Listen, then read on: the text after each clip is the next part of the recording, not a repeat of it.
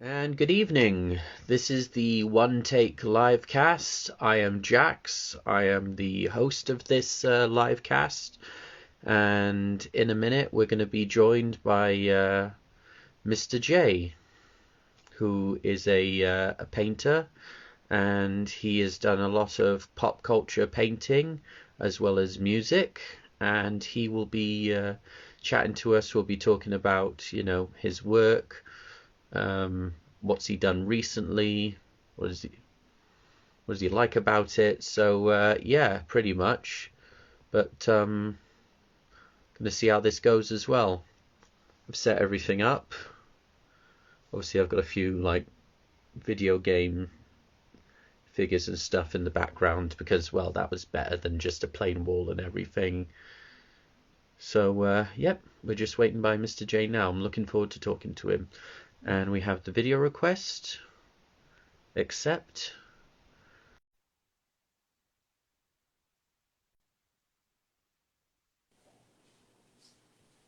Good evening, sir. Oh, hello, hello. Have we got sound? Yeah, can you hear me? Perfect. Good, I can hear you too. That's cool. Welcome to the One Take Livecast. Nice to meet you. Now, would you prefer Jay or Mr. J? Yeah, it's fine. All right. Nice to meet you, Jay. So, first, I'm obviously going to ask how you're doing. I'm good. Just getting over some kind of weird chest thing. So if I make any horrendous noises, it's not COVID and I'm all good. I think it's just the cold and it's just the weather, so it pretty much it's that really. In summertime we'll probably be sweating.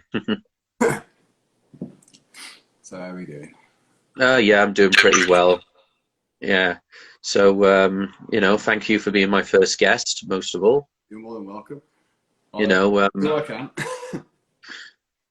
first time I saw your work was about autumn time, and that's when I was visiting Marlborough, yeah, Marlborough in Wiltshire.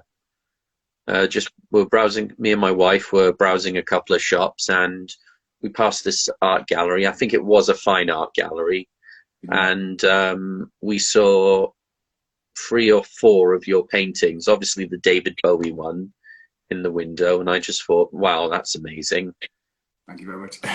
Tried to get a picture of that, but the glass was pretty much, blocking that and everything, so I couldn't get rid of it. And then we went in there, and the one that really stood out for me was the Michelle Pfeiffer Catwoman with the Hello Kitty Yeah, thing yeah. as well. Very nice. Um, I was very fascinated with that one. What sort of gave you the idea for that one, and how much work did that take? That was like a two-stager. So I'm a massive early Burton fan, kind of up till Sleepy Hollow era Burton. So Batman and Batman Returns were just like massive, so impactful to me as a little kid. Still great movies. Just he's the best in it, really, to be honest. Mm. But yeah, so I'd always had a kind of a Catwoman thing, I guess, particularly for Pfeiffer's. Um, so we'd done maybe a couple of years earlier. I'd painted the Catwoman piece, and it got ruined at an exhibition. Uh, Oh no. so I'd like, yeah, it was, it was one of those when it'd been put leaning on the wall. There's been drinks had been had, and someone stepped back and put their foot through one. So that was the end of that Pfeiffer. So I figured I'd always do it again.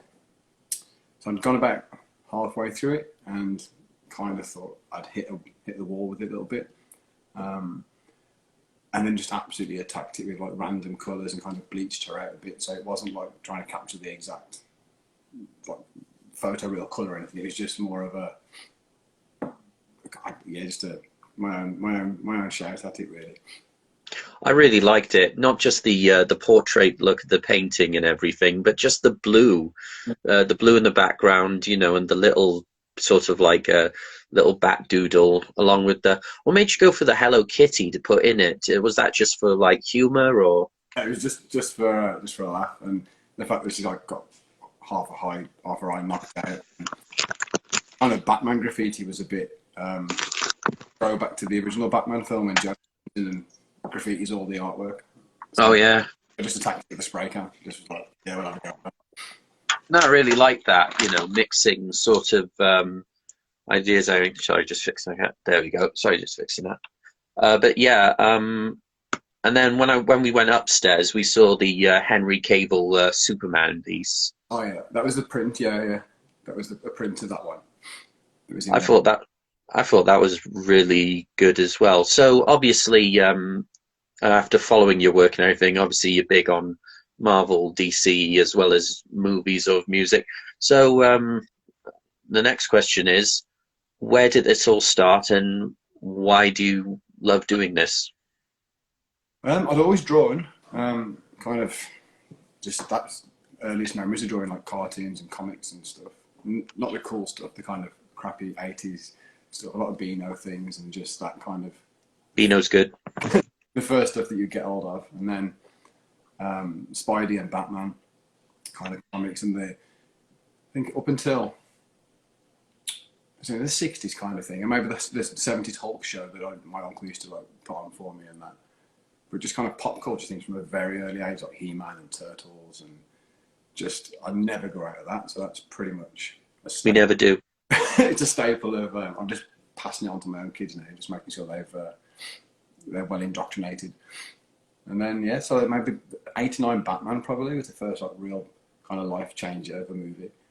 It scared the crap out of me and made me kind of love it more. On a cold Saturday afternoon, I think after watching football, as a little 9-year-old or something watching it. But painting wise, I didn't. My first ever painting was my A-level exam because I was kind of flunking a little bit, and I dropped out of the music tech A-level, and they're like, "You need another subject. You need to do something to get enough points to go to uni and whatever else." So I think I got about 4 months left of college and did an art A-level, and I'd not painted anything. It was the most slapdash effort of a portfolio. And then they said, "Oh, your exam was this 6-hour painting thing." Well, I literally never painted anything in my life. I just had to go, which was cool. Liked it, and then didn't do anything again until I was about 30. I had a crack, just really stressed with work, so I just thought I need to do something that's a bit kind of a de-stressor. Really like that, and didn't really show anyone. And then a few of my friends who'd seen bits, they were like, "Yeah, you should have a go. Try and, they were sharing stuff more so than I was." 2 seconds. That's okay. There's a whole rabbit story going on around there, and I just, if they come out now, I'm like, oh man. Yeah. A couple of people had encouraged me to just send things off to galleries and publishers and stuff. So did a pretty feeble first effort of a portfolio. Yeah, and that was maybe 6 or 7 years ago, I think. Maybe. And then it's been on and off, really, up until I submitted to Nova, which would have been. I got with Nova with about 2 weeks before COVID hit. So I get signed and the world shuts down. I was like, oh, don't. All the galleries were shut, which was a bit of a sucky move.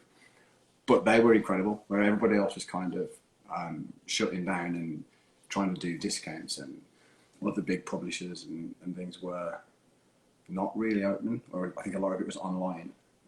Nova just pulled out all the stops to try and make things happen.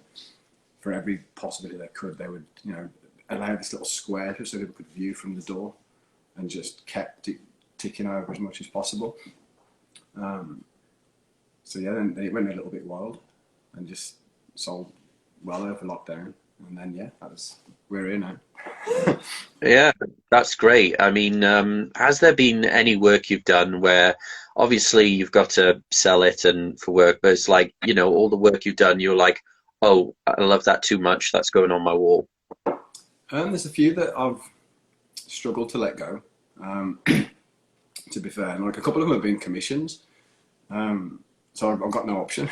they've been pre-done. So there was I don't know if you've seen it on the Instagram. There's an '89 Batman, with the comics in the Yeah, background and Dancing the Devil. Oh, I love that one. I saw that and I was like, yep, this is the favorite Batman one.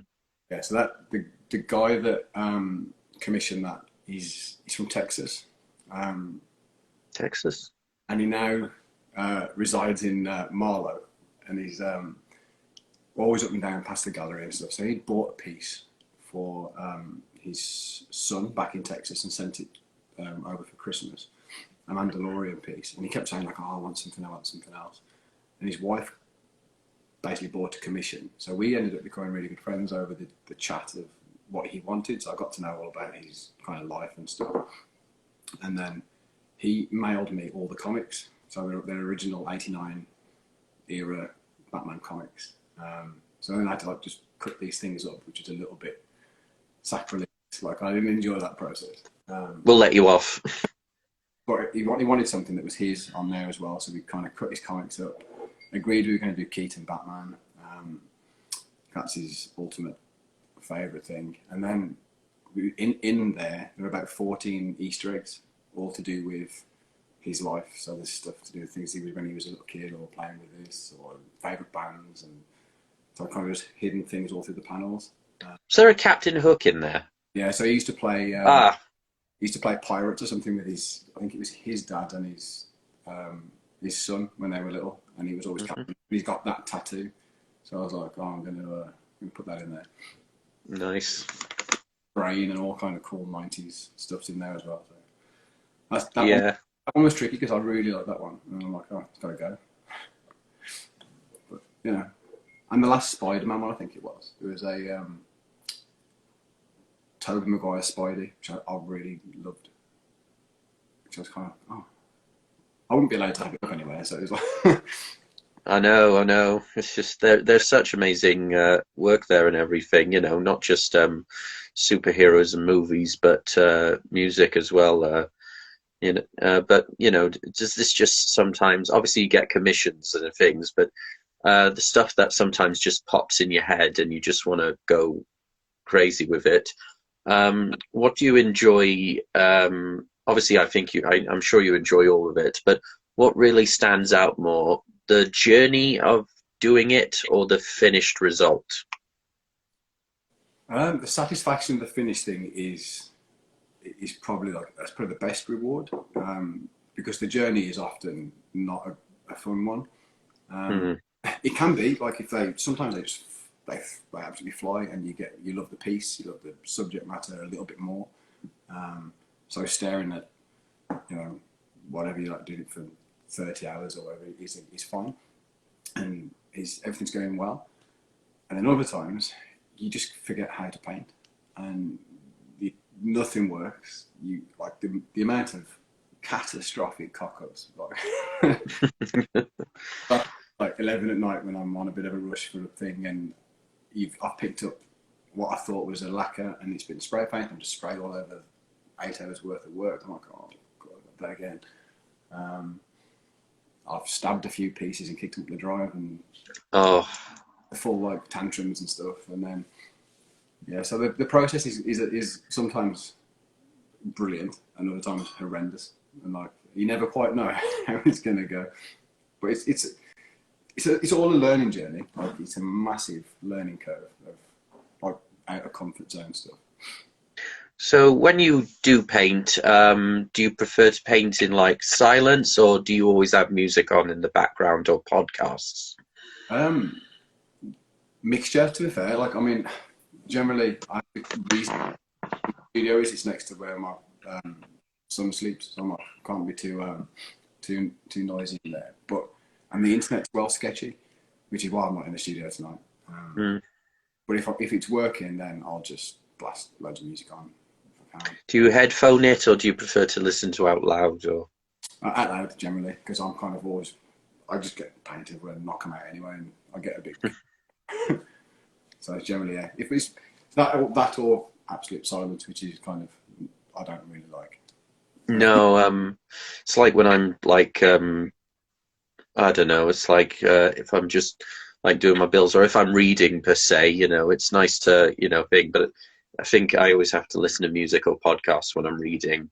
Yeah. just for that little extra thing. But so when you did the David Bowie piece, if we could go back to that for a second, did you purposely listen to David Bowie music to keep like sort of that flow going or everything?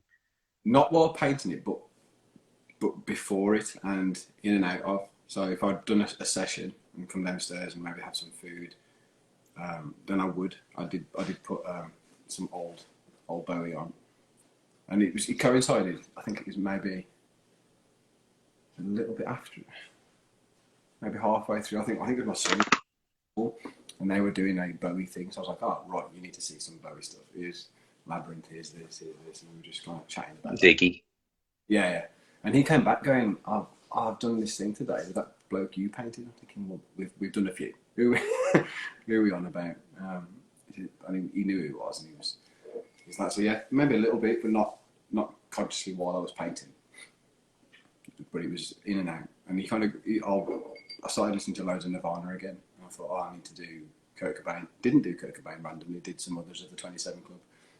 But it was Nirvana that had kind of led to the Amy Winehouse one. So don't ask me how my brain works. I'll never ask that. No, no, the only person I'll know how your brain works is yourself or no one at all. No, it's amazing pieces of work I'm seeing. You know, it's not just one based as well. It's like, you know, it's these movies, it's these comic books or action figures, or it's these music, and it's just such a fascinating range, man. I mean, you could fill a whole. I mean, seriously, the gallery of the museum I go to in Cardiff and everything. I was like, yep, I could see all these canvases from next to each other, next to each other, next to each other, and us nerds will have a blast on music because it's just amazing to see. Well, you know, it's not pop art, but it's pop culture art. So in a certain way of thing, but it's just, you know, when I saw them up close, it was really nice to see them up close, not just enjoying them through a screen and everything. I mean, when I saw that Catwoman and that Superman and that Bowie, I was like, yeah, I got to go in this gallery and look at them. But it was just like, wow. And I was like, I had to take a picture of them. I have to follow this guy. I have to, you know, I was just in awe. And the stuff I'm seeing, like, you know, I really dig the Alien piece. Yeah, that one, I love Alien, and I watched far too, and I love it. oh yes, I watched it I as a, love the original poster, just the egg. I mean, I like how, but there was just something about the original poster and the egg and the slogan in space, I no think screen. I watched them the wrong way round. So as a little kid, I watched Aliens first, and I was far too young, but it was just cool. It was like this war film, and it wasn't massively scary. And then mistakenly watched Aliens, scared the crap out of me. Like, just loved it, and yeah, I had all the little kind of action figures and stuff of them as a little kid. But it was, Yeah, well, they're all different if you think about it. The first one is obviously like a thriller horror one, yeah, you know, like trap and yeah, very trap. The second one's an action movie, like, you know, like before Starship Troopers or sort of that. And the third one was kind of like, okay, there's the alien, but where's all this cultist? It's like a cult movie. yeah. The third one was. I feel bad for David Fincher because he obviously had the guy's a genius and he just got screwed over, but it's still a cool film. I mean, they all have a charm, but the first one is, I've just read, the best horror movie ever made. I'm like, yeah, it probably is. I don't. I mean, I know it's a horror movie, but it's like, you know, I see it as a science fiction movie as well. And but then again, it's like if you say Jaws is a horror movie, because, you know, like this is the thing. They say, well, it's not horror, and I say, well, define what a horror movie is. I mean, if it scares you, that's horrific. Yeah, It doesn't have to be spooky haunted houses and killers with knives or anything supernatural. It can be just basically straight, like a giant great white shark great. or an The alien thing works because, particularly the first one, it's just because the world's so lived in. Uh, alien. it just looks legit. Like all the actors, there's no like models in there or whatever. They're just, this guy's a pilot and this guy's this, and you genuinely feel like these people are real. So when they're having that, and it's just that slow burn. And then when it happens, it just Yeah, but I'm glad the cat survived. Oh yeah, yeah. Jonesy. But the twists and scares in that film, like spoiler alert, finding out that Ash is an android and everything, But it's just how they decided to make the alien look The guy. very aesthetic, like very Geigerish and everything. They didn't go for the whole cliche giant Yeah. head with the black eyes like you see in a 90s egg toy.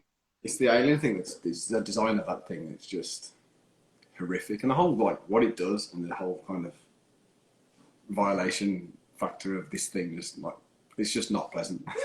Yeah, it's a very aesthetic looking alien, and now it's one of the most popular things to appear in, like, when people talk about aliens or show like pictures of it, or when it's referenced and everything. But I just think it's fascinating. But the way he did that painting with the green sort and the black background, but also just to get his tail in there and thing, that was just amazing. I mean, a lot of the movie canvases you do, from that to Jurassic Park, obviously, your Marty McFly. I mean, how you got the red and just the detail in his puffer jacket. Oh, that's cool, man. Thank you.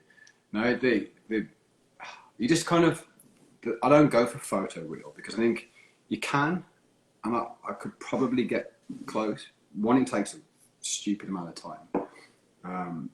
But as well, to me, I like it's almost like this rose tinted look back.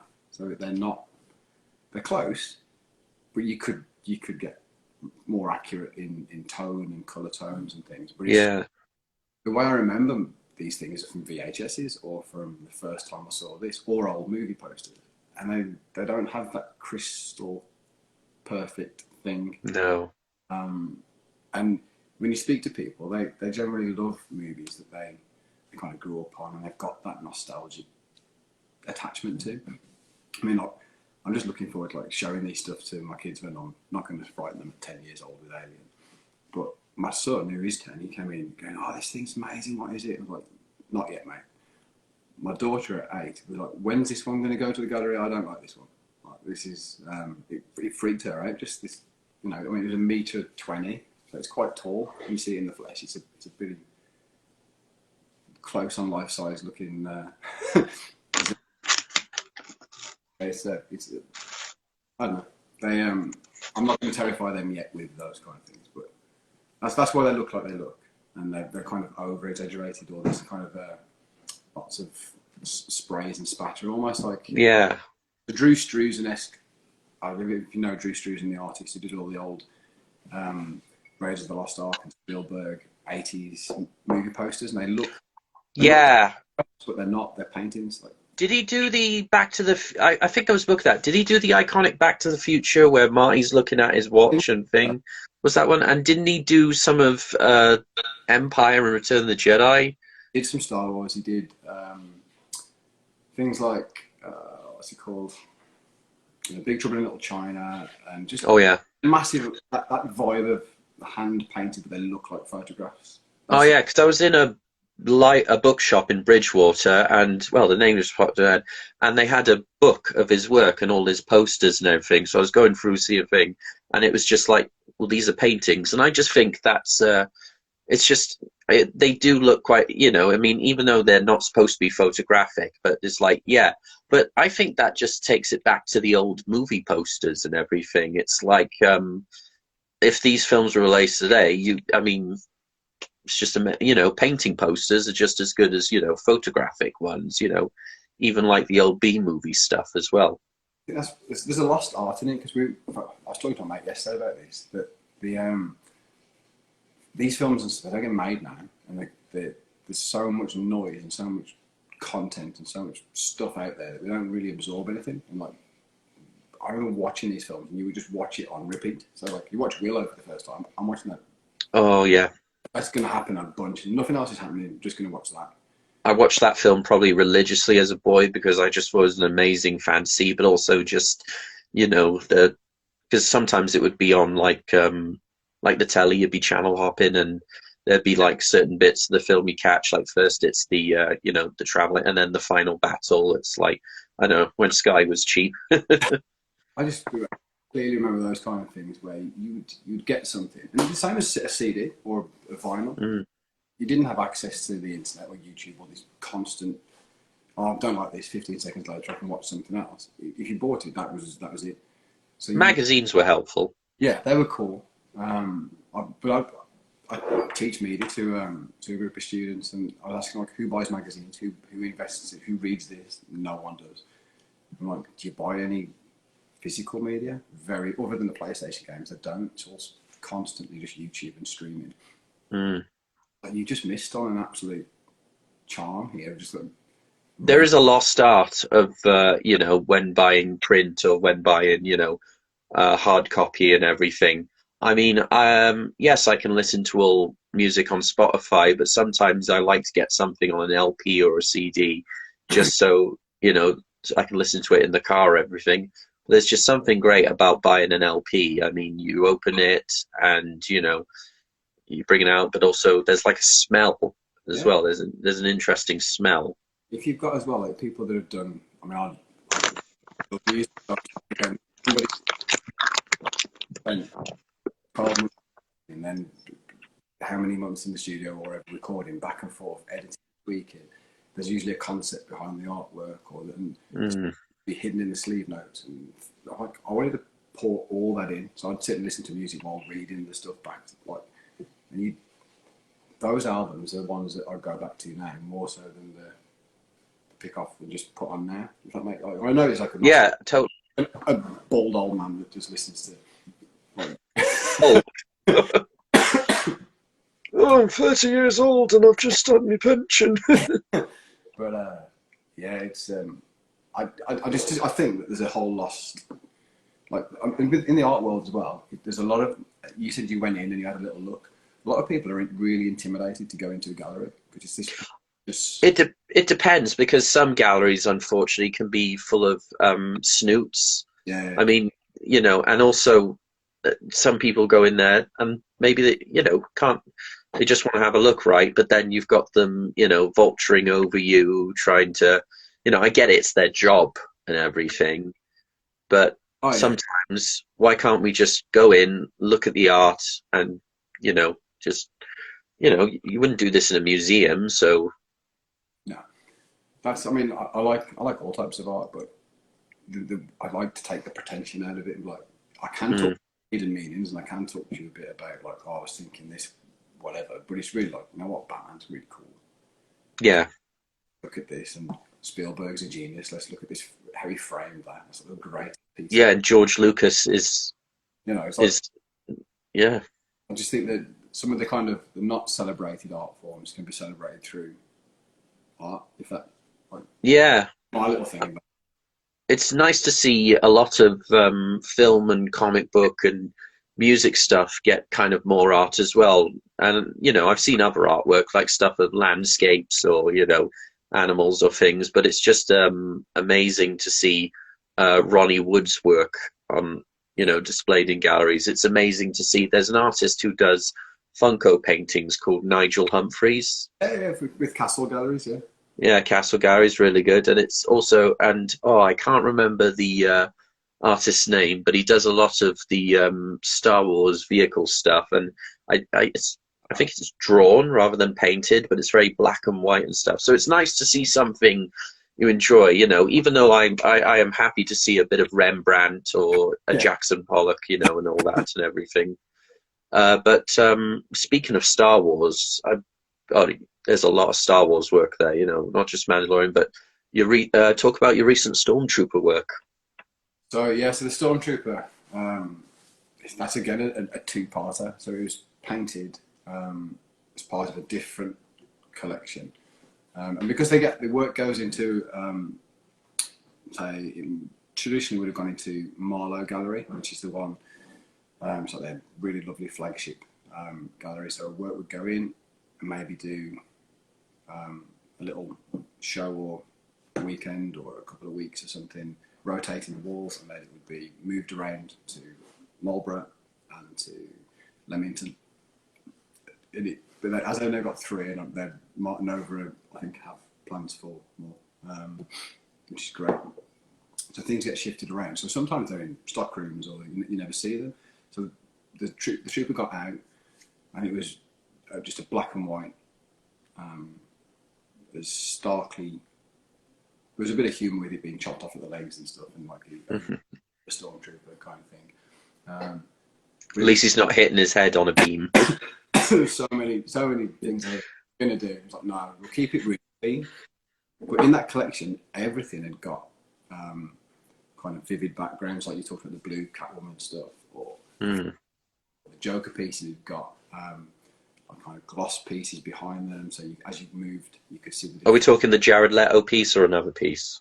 This one was Heath, and there was Bane and Batman that all came around that kind of time.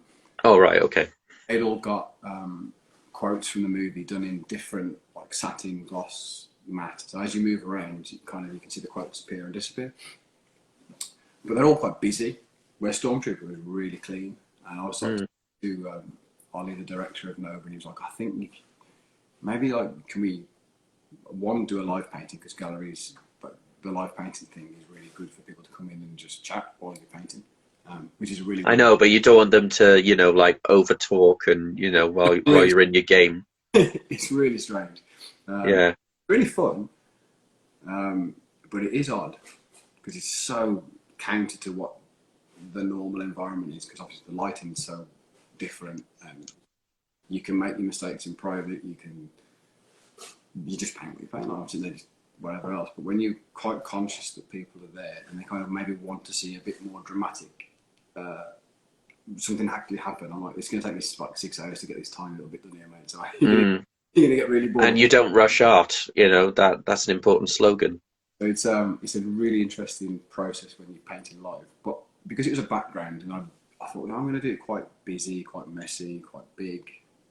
Yeah, that'll work. And to be fair to it now, it's the right decision. It was like it looks really quite cool with the new updated kind of stuff. I just need a good photograph of it, because the photograph on Instagram on the website is not quite. The colours are off a little bit. But that's just me being kind of. I really liked it. I seeing that, and I was like, I really liked the background colour. I liked how when you did the Vader one, that there is no, it's just his, thing, and that. But the way it was done is amazing. That's what and I've seen Amanda as well. I like how all your work is 100%. Okay, it's the paint side thing, but they're all different. Yeah. It's not just the same thing. It's not just, it's a very what I would probably see an eclectic range. And speaking of movies and obviously things, I did scroll through, but I believe there's a movie that you should do. Go on. When's Ghostbusters happening? Ghostbusters is happening. I am a massive Ghostbusters. Oh, I love it. It's that and Empire Strikes Back are like the top two favorite movies of my life. Ghostbusters as a little kid. I'm 40, so like I don't know how old I was when I watched it, but it scared the crap out of me in the library bit. Oh yeah. That was it. Like, game over, turn it off, I'm done. As a little kid, but then not the next day. I'll go again. We'll be okay. And that was it. Then just fell in love with it. So Ghostbusters is definitely happening. I just can't settle on an image. I think I may well. Mr. Stay Puffed. There's an artist I absolutely just idolise him. He's awesome. He's from New York, called Layer Cake. You'll probably really dig his stuff. And he's so cool, it's ridiculous. But so he did a Ghostbusters piece, and I can't get it out of my head. So I'm like, I need that to go before I do anything, because it's this massive Stay Puft with the guys with the proton packs, like really small. And I was like, I need that to go, so then I can be completely like integrous and paint my own thing. But yes, I was setting on the image, and some of that trouble with the 80s stuff. I know there's like 4K and things, but it's getting really good source imagery. And I've looked at some of the Ghostbusters, and you think, oh, it's a 4K wallpaper. It's really not. And when you zoom in to try and see, it's just this pixely mess. So like, oh, yeah, I can't paint. I've had it with a few that we've done. So I had a Rocky one, and it was like trying to capture the right image. or get that image of a decent quality. It was really difficult. So the Ghostbusters, on my iPad, I've probably got like 40 pictures, 40 images. I keep scrolling through, thinking, yeah, I need to go. Do you have the one where Peter's just holding the walkie-talkie, going, "Come in, Ray"? I love that. But I just can't wait to see the day you do one. I don't care what character it is. I just know it's going to be because it's Ghostbusters and everything. But looking at all the paintings as well, speaking of 80s and stuff, you did this really nice one with it was a Thundercat, Masters of the Universe, and Ninja Turtles one. Yeah. And I'm like, when these ideas pop in your head, is it do you just does it happen when you're watching stuff, or just going back for your nostalgia, or does it just pop in your head and going, I want to do that, no question? I live in a very, like, honestly, my head is still like 12 or whatever, and so Ghostbusters and having He-Man come back recently, so I can watch it with my son, and so this is like legit cool, and I've still And Luke Skywalker as Skeletor. yeah, and he thinks it's awesome. So we're watching stuff. I've got all the toys still in the loft and that, so they're never really far away. But I've done a bunch of things that were like quite hyper real. And Ollie, yes, we will do Ghostbusters. Ollie's the director of Nova, who just joined. But yeah, so I just wanted to do something that was completely goofy and cool, and just like, okay, I'm just gonna do a mashup of, and I didn't even really kind of research it. It was just like, well, He-Man's got to be on there, and Lion-O, and Turtle. We'll stick this, and the Ghostbusters bit glows in the dark, and it's just like. Then I finished it, and I was like, oh no, I'll put Sonic on. Oh, I can have like a Street Fighter thing with Sonic versus Mario, because when I was a kid, it was Yeah. you're either a Sega kid or a Nintendo kid. I didn't have neither, but I would play it at my friend's house, the Sega Mega Drive. I mean, my first console was a PlayStation, but I used to play it at my cousin's. But Sonic became my favorite video game of all time. Love that character. Oh yes. So my first console was an Atari 2600 with, so Ready Player One is a like. That film is it's hard for me to watch because I get too excited watch it, because I'm like, oh, it's that, oh, it's that, oh, it's like the scene with Goro from Mortal Kombat, and then a little xenomorph bursting out of his chest. I just went, oh my god, and my wife is like, shut up, we're trying to watch the movie. Oh yeah, the book, if you haven't read the book is stunning. It's different, but it's absolutely beautiful. I know, in different, he's got the Ghostbusters sticker on there, but obviously due to trademarks, and because it was Warner Brothers that did the film. Who did it? Was it Universal? I don't know. I know it's a Spielberg film. I know that Spielberg basically took out all of his own references, or pretty much most of his own references. Jurassic Park.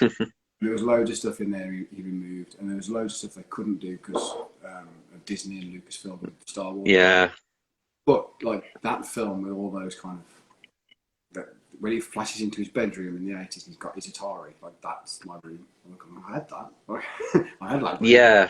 I liked just, I mean, that film really thing. I mean, there was a lot of great scenes, but I think the race was the one that really stood out to me, because I'm like, of course he's going to drive the DeLorean, but I really liked seeing Kanada, the bike from Akira as well.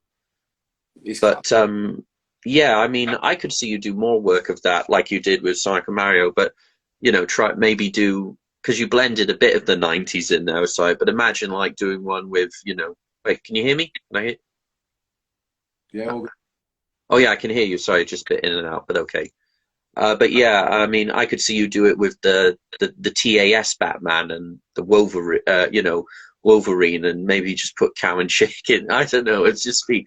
There's some big. I'd love to do like a kind of comic mixed with the actor that played them variant.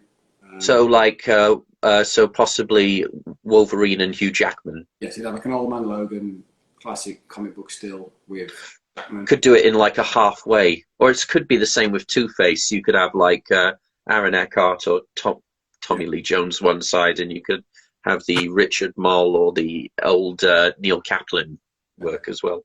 So it's just there's a lot of stuff milling over, and like I'd love to do some kind of golden I age, know. golden gangster stuff, the Tarantino stuff. There's So many ideas in your head, yet so, all time. so the commissions help in a way because it keeps you like. Yeah, commissions are great because sometimes it pushes you in places you think, oh, I hadn't thought of doing that. That's quite cool.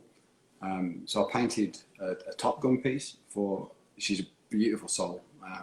She's a collector, but a friend, and she bought a commission, and it's kind of tribute to her late dad, and he'd been a pilot for years. She's works with them, like planes and whatever else. She's going to shoot me for saying it all wrong. But then she kind of gets to work with Tom Cruise, and when the military come in to do planes or things with him or other people, she's usually the one that is the kind of media link person who gets them in the air and gets them on the stuff.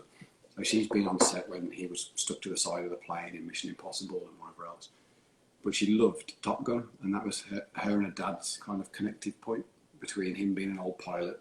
So I thought she'd go like paint a Top Gun piece. So I'm looking at the cheesy kind of Top Gun imagery and thinking, oh, we're going to have some fun with this. He's like, no, I want this. And it was this really wistful image of Tom Cruise looking up at the new fighter jets, leaning on this old plane, but it's like it's really small.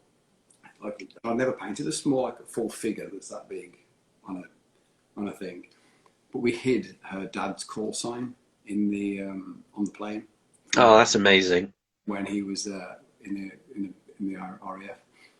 So it was really cool. So it was just like commissions, you get to do that kind of stuff, which is I would never have done the Top Gun thing. I'd have just done. Not a movie of yours, or I absolutely love it, but it would have been a big goofy, like him out the plane kind of.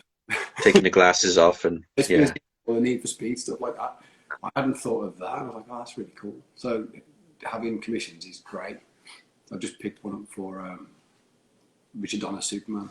So I'm like, oh, Oh, nice. I'm well excited for that one. So some stuff's on the way for that. But yeah, so the commissions are really good. They help, and they connect with collectors, which is great. Is it great to do a passion that is also with great income as well? That is, that you're doing this, how to say it, but basically you're doing this passion, obviously with commissions as well, and obviously selling your work in galleries and things. So does it give you a lot of fulfilling that you're doing something you love and you still be able to go to Asda? It's really very surreal because like I still teach full time, so that's great, and the kids are awesome, and like it's really cool. Like, Are they big fans of your work as well? Like, some are, because like the guys, bless them, like I teach kind of college age students, so 16 to 25 with learning difficulties and various other issues and whatever else. But like, there's some of the guys that are really into this stuff, like proper. They love their kind of pop culture, geek culture, to the point where I'm like, dude, what's this? And I have to have them tell me like, oh, that's really cool. was there what was one you found out about and was like, wow, that is really cool? So they've messaged me about things like we do like a Teams chat, and it's usually PlayStation related things. I'm like, well, what the hell's that? So the recent one was that Matrix Unreal 5 demo thing. I'm like, Oh yeah, yeah. well, I have to have a look, and just random stuff and the Spidey things, the whole without spoilers, the Yeah. Spidey movie, where I've had to like divide and conquer the kids that have seen it to the ones that hadn't. So you're not allowed to talk about it in the class. No. With speaking of Matrix, have you had any ideas or to do any Matrix work? Matrix is like I absolutely adore it. Oh, The first one I absolutely adore. the first one's my favorite because it's just so original. 2 and 3 are like I can watch them as great action movies and get a bit flabby and whatever else, but the first one is just a masterpiece, and I will definitely will be painting a Matrix piece. I kind of want to see what this new one's about. I'm seeing it tomorrow with my wife. I'm very excited for that and seeing how it's going to be really meta and really like you know it's going to be like crazy. But I think it's going to be more interesting. I mean, I liked when Keanu Reeves came back and played Ted. That yeah, was, that was fun. That was great. But I think I'm going to be more excited for this because Ted, brilliant character he played, but there's just something about Neo. yeah, There's just some, the way, yeah, and he's done a lot of great movies and a lot of great characters, but Ted's great, but amazing. Neo. So I remember going to see that, and it was the guys that I've been to. We've been best friends since we were 11 years old or whatever, so we were all watching it. And normally there's banter and stuff after it, and everyone came out going, Whoa, like, whoa. He says whoa in so many movies. yeah. I started my job at the cinema that weekend, and I must have seen that film. It was an obscene amount of times in the cinema. I think well, it came out when I was 11, so I think my parents or my elder sib rented it, and I watched it, and I was like, well, because I think I was too young to see it in the cinema yet, but I wish I did. It was one of those films like, yeah, I wish I saw it in the cinema because it was basically like they said there was like anime sort of influences, but also a sort of Asian cinema influence as well, and bringing it to Yeah, the West and everything. But that's why I see it. It's like you could totally watch this film in anime, and it would, you know, yeah. It's like it's spiritual, it's philosophical, it's referencing all this. Zen. Yeah, it's like all this kind of not cyberpunk stuff, and then there's novels and things that it I references. mean, you're mixing a lot of myth and a lot of things together. It's like, not a thing, but seeing Morpheus be the guide while Neo is like the chosen one and everything. I mean, I'm not really a biblical person, but I kind of got like a whole John the Baptist sort of like baptizing Jesus, that sort of thing. But that's one of the most comparisons I saw Oh, as the well. symbolic stuff in there is huge, and Yeah. it's taking everything out of it and just go like, okay, there's not one wasted scene. It's just a perfect. The looks are amazing. Just how it's like the scene that really stands out for me is always the first meet between Morpheus and Neo, where Like you the know yeah, they're just sitting there, and there's the glass of water, and he's like saying, when you pay your taxes, when you go to work, when you go to church. It's just an amazing scene, and he's just, Neo is just in awe, but he's like, what am I doing here as well? in fact, I'm probably when we're done, that will be tonight's. Oh, we watched it a couple of days ago, and then we're just well, getting things out of the way, and then hopefully watch Reloaded and I always get the titles confused. Revolution, not Revolution, Resurrections. There's a lot of R's. What's going on? But it's just a great, not just movie for a thing, but it was like one of the last movies of the 90s, because in the 90s, obviously you had that being John Malkovich, Fight Club, Like, you, these films of the last decade were like something really, I mean, they weren't all good, but they left their mark and everything. But it was always The Matrix for me. I mean, the last film to go into a new decade, but it was just amazing. Matrix was. It's just something else. But I mean, I call myself a kid of the '80s, and I was born in '81, so like I grew up watching. You got to enjoy two generations. You got to enjoy Yeah, the 80s, and you got to enjoy the 90s. I think like I feel very blessed, very very spoiled that like you get this analog '80s rose tinted wonderfulness of Amblin era Oh Spielberg, yeah, and then amazing cartoons, amazing video games, amazing things. And speaking of like you said, comic books and anything, 90 comic books. I think they're very underrated, but they leave such brilliant artwork because you had Liefeld, Lee, and everything. But you can definitely tell this is a 90s comic because of the artwork and everything. everything is very. It's like a not you can tell a '90s movie. It's just like Yeah, it's The got that. Crow. Oh, man. So that's got to happen. But yeah, so like Yes, watching and you got to have It Can't Rain All the Time. oh, it should have. Love it. But no, We're definitely We're definitely having a second interview. This is you're going to be a frequent guest, man.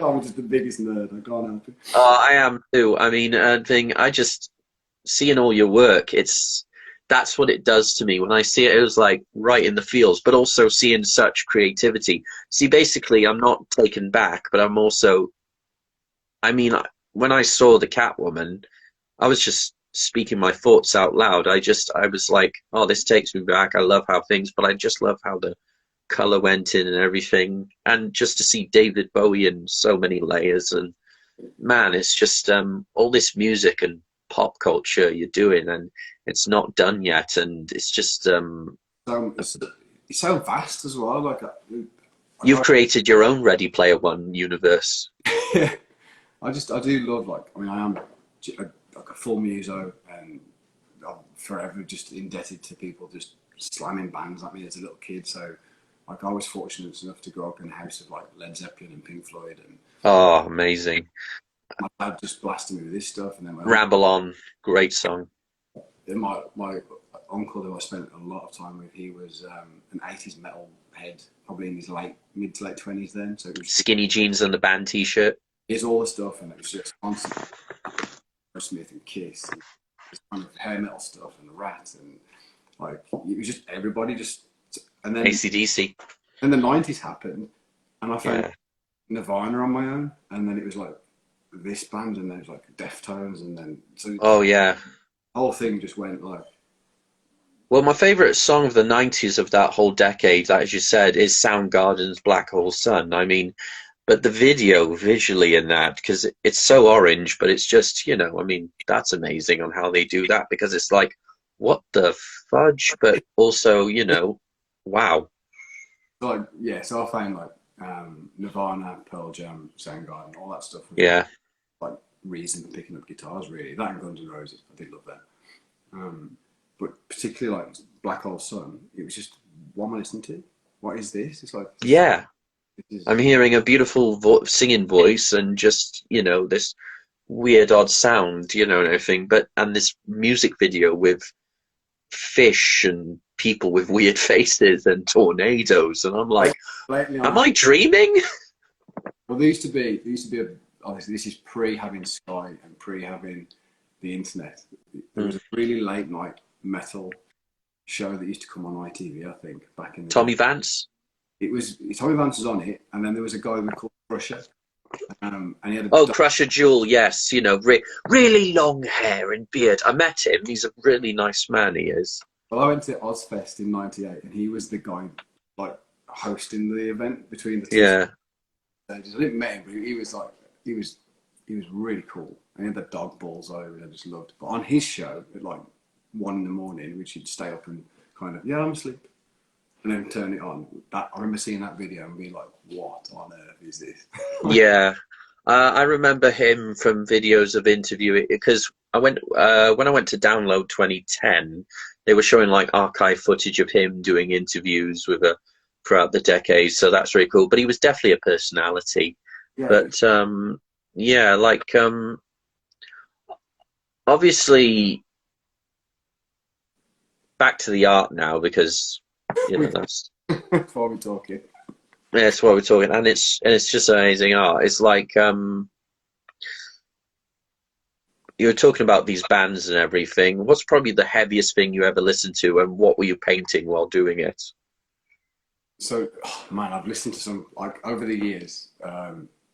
I grew up in the kind of Machine Head, into them Slipknot, whatever else was around, and then you had things like there was a super extreme Cannibal Corpse stuff, and like it was just whatever you could get your hands on. It was. Imagine listening to Cannibal Corpse while doing an Ace Ventura painting. It's like, but it's that kind of extreme. So I think it's the only kind of genre of music where you can be like a John Mayer fan and you can listen to Periphery, and the next track can be pop punk, and then it's like there's no other real genre that does it. If you're a guitar guy, that's what you do. You just flip between them. So I mean, heavy stuff. I don't know really. I mean, I'm kind of mellowed a little bit, but it's still quite proggy, and I suppose Periphery are pretty heavy. I don't have preferences. My playlist choice is basically whatever pleases my ears. I just all sorts of stuff. I today was Biffy Clyro and the used. That was today's little bit of a thank Hmm. this morning. But yeah, so yeah, heaviest painting. I don't know. I can't think off the top of my head. I'm generally a bit more chill when I'm painting. Oh yeah, because you don't want to be headbanging and then You know, I can get a little bit carried away. like, do you grab your paintbrush and then play guitar? I have in loads of times downed and just picked a guitar up just to kind of de-stress from the thing that I'm supposed to be enjoying but really freaking out on. Plenty of times that's happened. Yeah. Well, we'll definitely talk about more of the guitaring and the music next session because, well, these things only allow an hour, don't they? I think it's about that, yeah. We're nearly there. Yeah, yeah, we've been talking a really good thing, but this isn't over. We will definitely be having you again if you're more than welcome to and everything because Yeah. it's been great talking. It's been great for, the viewers, but also it's been great to get to know who you are. You know, you're passionate about your work, and obviously, and we'll definitely talk more about that, but also your musical side as well. But I got to say, it's been an absolute pleasure, Jay. Mate, same, mate. I've just you saying that you've gone in and what you made, the things it made you think when you saw the kind of Catwoman stuff. That's the point of doing it. Mm. That's what. I just hope I can see these face to face again. When things open up or whatever the situation is on at the moment. Not going to go into that, but yeah. No, no. There'll be So we literally just did a big show in Marlow and then followed it up in Leamington. I would imagine once the situation resolves itself, we've got ideas for another one, um, and they're always fun. Lots of Well, I plan to check. I plan to check them out. But to all your viewers on there, check out Art by Mr. J on Instagram. If you love all the stuff we've just been talking about, or if you just love art and painting, please check out this work, his work. But we will have you again. We will arrange it. But now I'm wishing you a very happy holidays and best of luck with the future, sir. And thank you so much. Thank you. Thank you. It's been a pleasure. Catch you Okay. soon. Goodbye. Come on. Bye.